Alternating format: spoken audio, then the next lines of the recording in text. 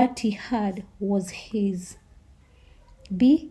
Give the reasons why Jesus used parable of the lost son in his teachings to encourage the sinners to accept the word of God, to show consequences of loose living, to encourage people to realize their sinfulness and be willing to repent, to teach Christians on the need to forgive others, to teach about God's love for all people, to teach that the kingdom of God is universal, that it belongs to all people, to show God's unconditional forgiveness, to warn against judging others, to teach his audience the need to rejoice when sinners repent. He wanted to encourage families to live in harmony and unity. 3C, how does the church help to bring back members who have fallen from their faith? By visiting them, by forgiving them, evangelizing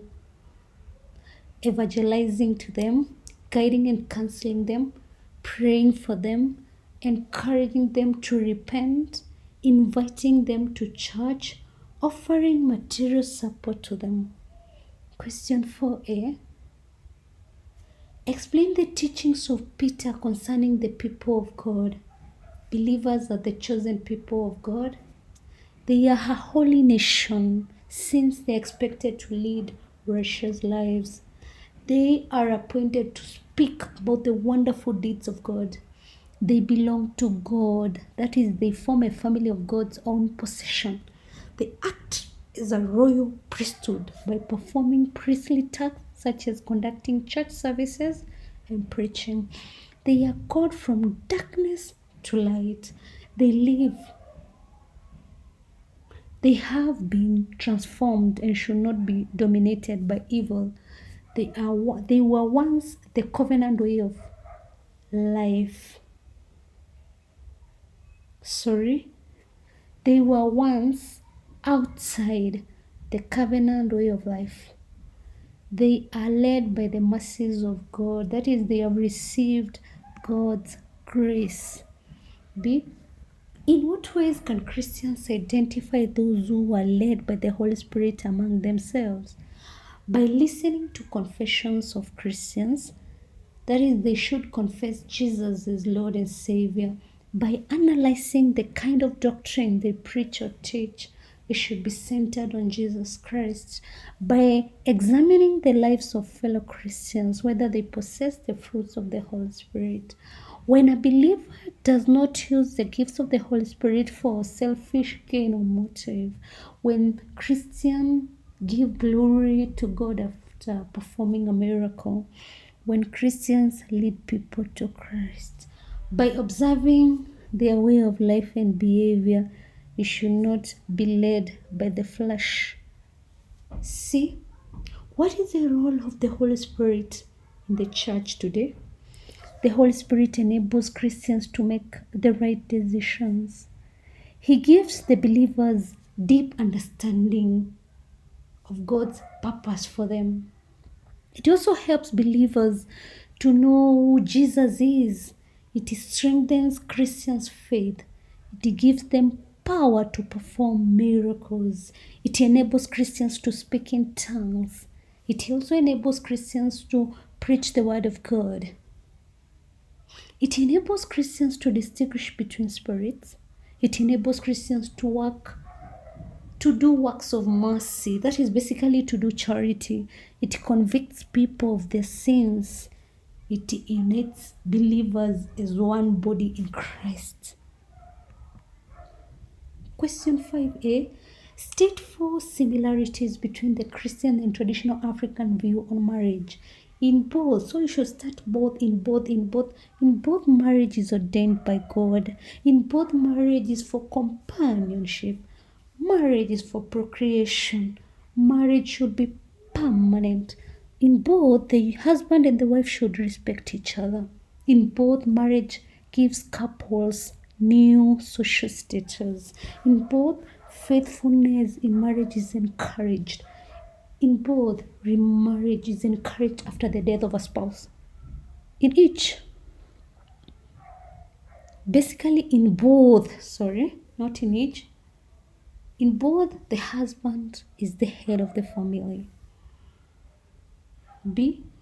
Give 6 reasons why some young people are choosing to remain unmarried in Kenya today.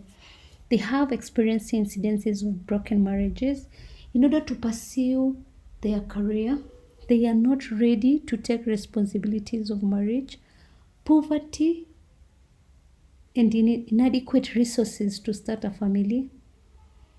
Permissiveness allows many to satisfy their sexual lusts without marriage commitment. Failure to get expected ideal partner.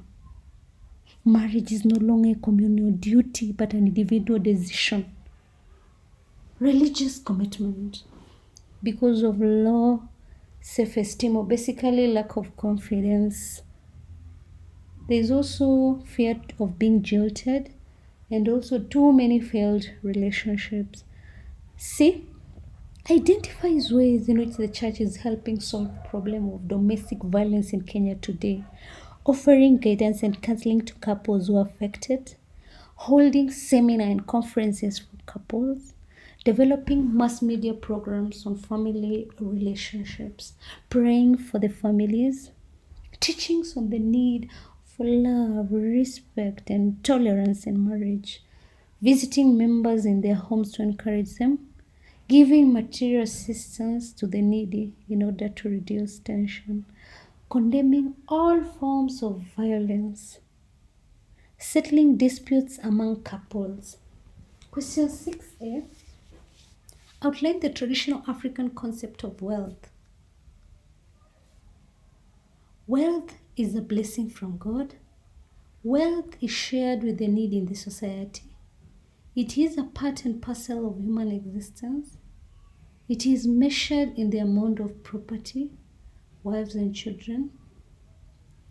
It can be individually and communally owned. Wealth is acquired through hard work.